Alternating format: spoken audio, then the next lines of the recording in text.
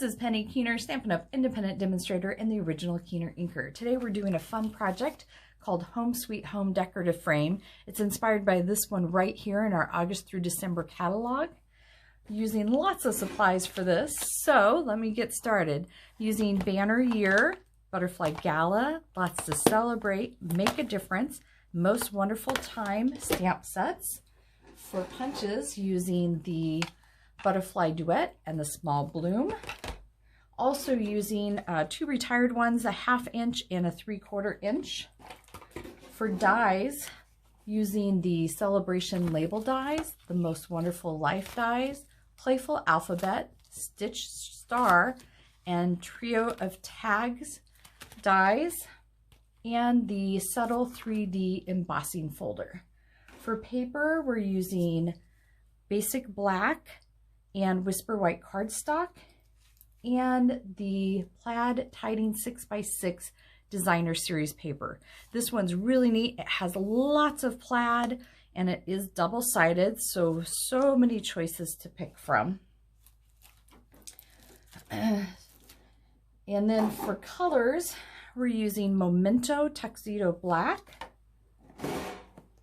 Cajun Craze, Cherry Cobbler, Mango Melody, Misty Moonlight, Pumpkin Pie, Shaded Spruce in this classic pads, and then the Shaded Spruce Stampin' Right marker, and the Dark Cherry Cobbler Stampin' Blends. So for this particular one, I am using the Stamparatus to stamp my wording for that center part, and it's using that alphabet set. So I've already die cut this out, and so it's ready to go into my Stamparatus.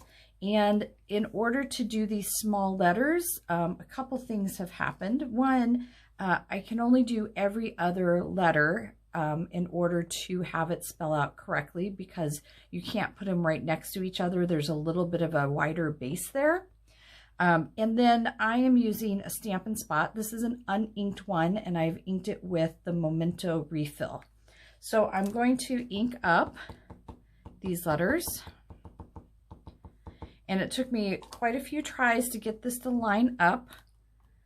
And then you have to be very careful if you're going to be cleaning this in between doing several of them, because if you clean them, they might move on you, and then you have to take the time to reline it back up. So as you can see, when they're all lined up, that spells the word out. I like the double E here for the sweet, because you only have to stamp that one time instead of doing every other on that one. So I'm going to take this out, put this to the side. I needed to stamp that first before I did my embossing folder for that, and I'm using the 3D Subtle folder. So I have my Stampin' Cut and Emboss machine, and I'm using the base plate and then the 3D folder. So I want to make sure, and actually I'm going to turn it this direction because I want the lines horizontal on my wording. Line it up in my machine, and I'm going to crank that through.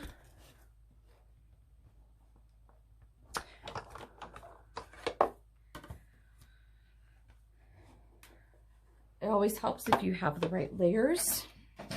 All right, so for this one, I just needed the clear plate. If you're not sure which ones to use, if it doesn't go through, it's not the right one. All right, so,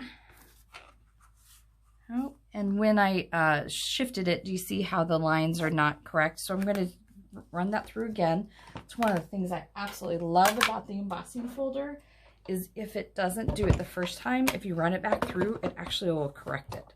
So if that takes pressure off doing it right the first time, I don't know what does.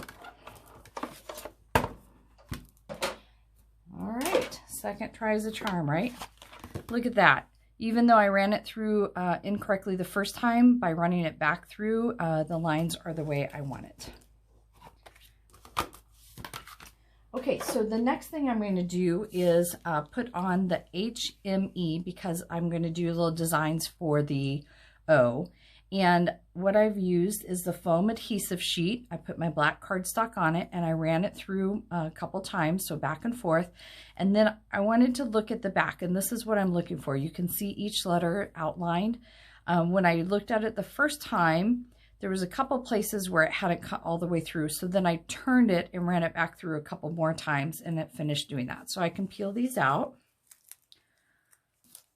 The nice thing about using the foam adhesive sheet is it already has the adhesive on the back.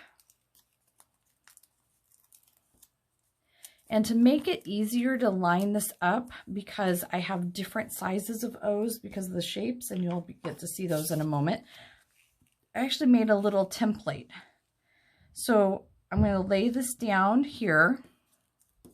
Then I'm going to take my letters and I'm going to mirror it. So in other words, here's my H. My M,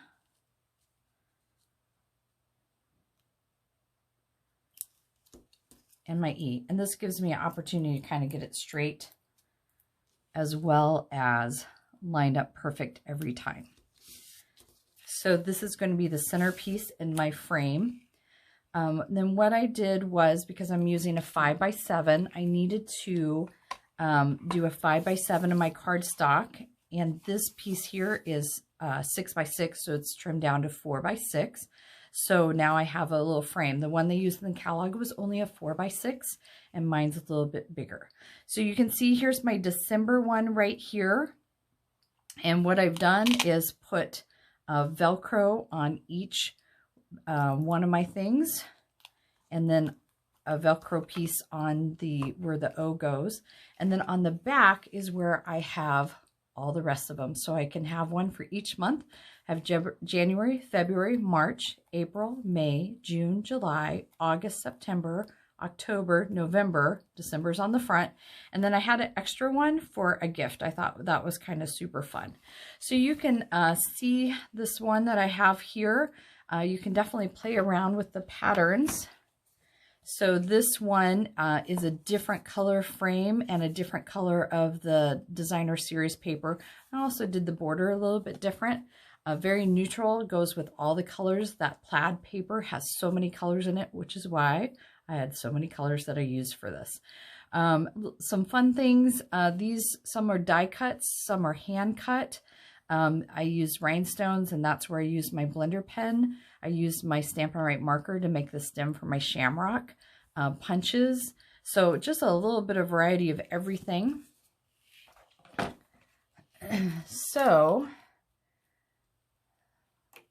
here's the finished project again.